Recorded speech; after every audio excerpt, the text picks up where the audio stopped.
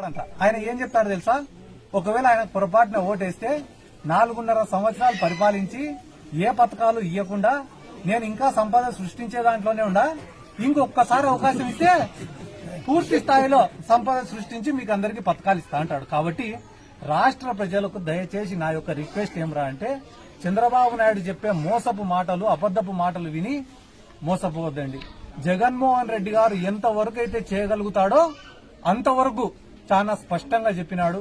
ఒక్కసారి చేయూత విషయంలో గాని, అంటే మహిళలకు ఇచ్చే సంక్షేమం విషయంలో గాని, విద్యార్థులకు ఇచ్చే సంక్షేమం విషయంలో గాని, హెల్త్ కు సంబంధించిన సంక్షేమం గాని, ఇవన్నీ కూడా రాష్ట్ర ప్రజలు ఒకసారి రైతులకు సంబంధించిన సంక్షేమం విషయంలో గాని ఒక్కసారి మేనిఫెస్టోని క్షుణ్ణంగా పరిశీలించి ఆ తర్వాత నిర్ణయం తీసుకోవాలని చెప్పి మనస్ఫూర్తిగా నేను కోరుకుంటూ, ఎందుకంటే మంచి చేయాలా, మంచి పేరు తెచ్చుకోవాలా అని ఒక మంచి ఉద్దేశంతో పరిపాలిస్తున్న నాయకుడు వైఎస్ జగన్మోహన్ రెడ్డి గారు.